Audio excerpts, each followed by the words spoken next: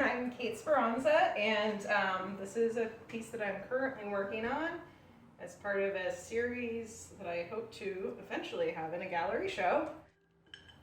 I recently went on a 1-month residency to Finland, and while I was there, just really kind of took in the landscape and the culture as much as possible.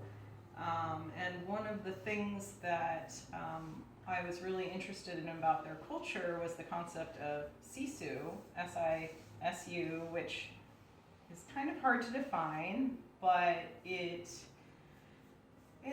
about having grit and courage and gumption and resilience, and it's something that Finns very much have just as a part of their way of life.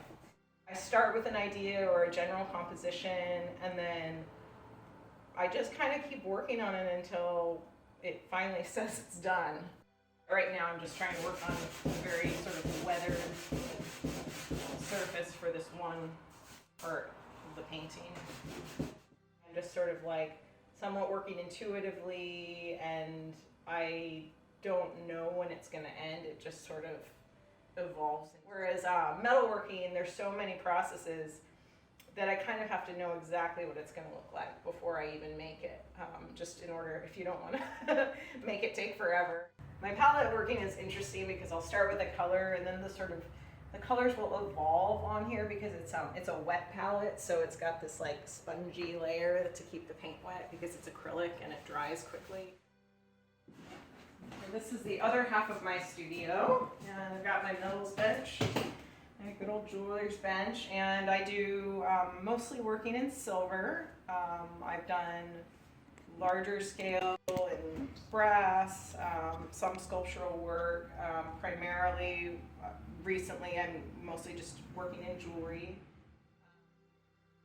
This would start as like rectangular stock. And it comes in all different sort of thicknesses. There's some I have in here, I thought. There we go. There's also like square wire. I love working in square wire.